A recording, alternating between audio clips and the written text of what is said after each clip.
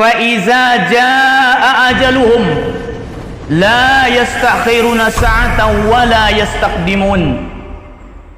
Setiap manusia mempunyai batas waktu hidupnya di dunia. Jika sampai satu detik yang bernama kematian, maka satu saat dia tidak akan dapat dimajukan, dan satu saat pula dia tidak akan dapat diundurkan. Para jemaah semuanya, yakin dan percayalah kita bahwa pada suatu saat nanti, bisa jadi besok ataupun lusa, akan ada orang yang akan mandikan jenazah kita, akan ada orang yang akan kafankan jenazah kita, akan ada orang yang akan sholatkan jenazah kita.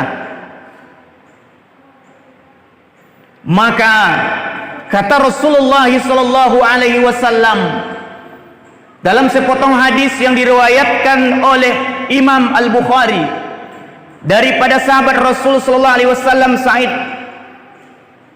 beliau Nabi Muhammad SAW bersabda, qala Rasulullah SAW, iza wudi'atil janazah wahtamalan nas awir rijalu ala a'nakihim fa in kanat salihah qalat qaddimuni qaddimuni fa in kanat ghairu salihah qalat ya wailaha aina tazhabuna biha.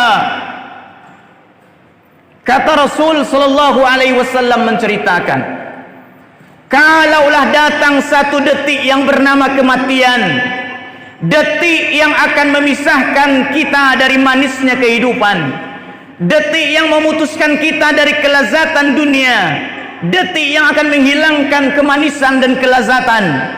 Ketika kematian itu sampai, ketika kematian itu tiba, maka seorang manusia itu, dia akan dimandikan oleh kerabatnya, akan dia dikafankan, kemudian dia akan diusung ke dalam masjid, diusung ke dalam surau, ditaruh di hadapan.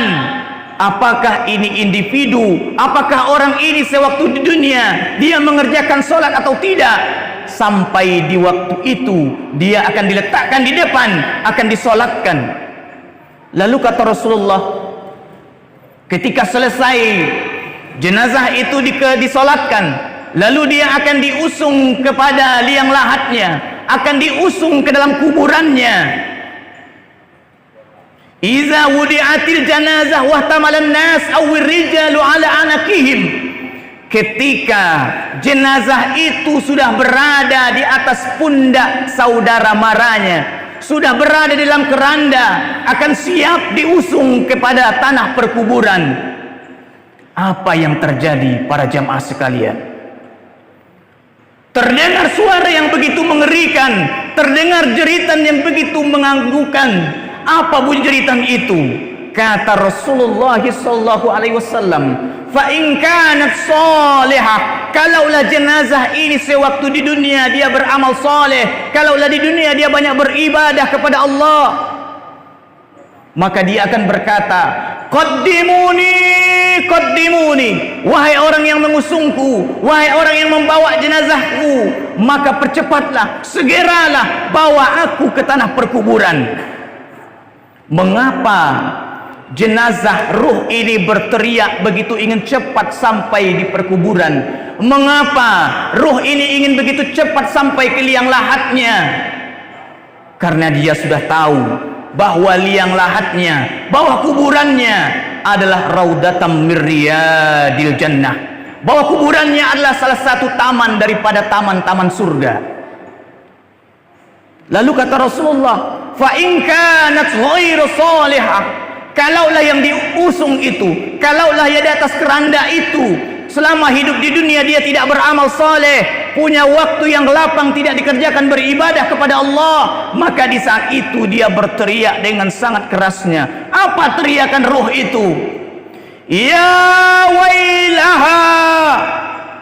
celakalah aku, kata roh tersebut. Begitu mengerikan suara ini, sampai-sampai Rasulullah mengatakan, kalaulah didengarkan oleh para manusia, didengarkan oleh para jin, maka lau sami'a sa'iqah, maka di waktu itu dia akan pingsan mendengar begitu suara itu menyeramkan. Apalagi, maka dia berkata, aina tazhabuna biha, mau kau bawa kemana jenazahku itu? Kenapa ruh ini begitu takut ketika jenazah itu akan diusung ke dalam perkuburan? Karena dia sudah tahu bahwa kuburnya adalah kufratan min kufarin niran, yaitu salah satu lubang daripada lubang-lubang kubur. Saudara-saudara kaum muslimin jamaah Jumat yang dimuliakan Allah Subhanahu wa taala, hari ini kita belum lagi dimandikan, hari ini kita belum lagi dikafankan, hari ini kita masih belum lagi disolatkan. Allah Subhanahu wa ta'ala bermaksud kepada kita, memberikan kesempatan kepada kita.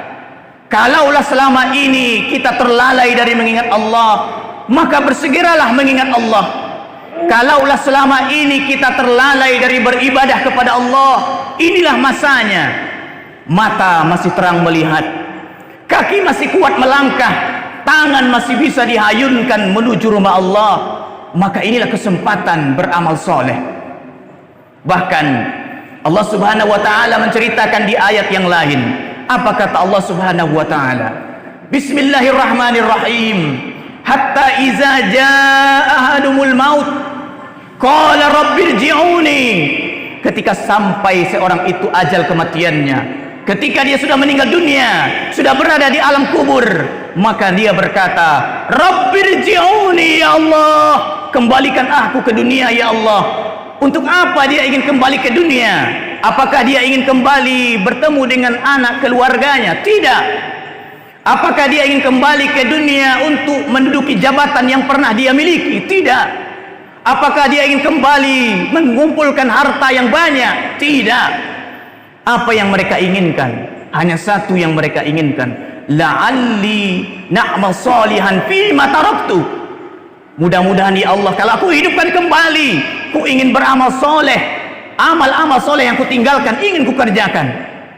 Sekali lagi di akhir khutbah ini, Allah masih memberikan kita kesempatan.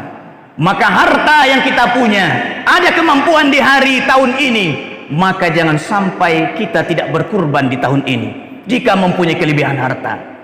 Jika hari ini kita masih punya kelebihan harta, sanggup kita berinfak, bersedekah, disinilah kemampuan kita, inilah waktu kita. Belum lagi maut itu datang menjelang, kita sedekahkan. Dalam pembangunan masjid ini pula kita berpartisipasi, sisihkan sebagian dari harta kita. Aqulu qauli hadza wastaghfiruhu innahu huwa ghafurur rahim.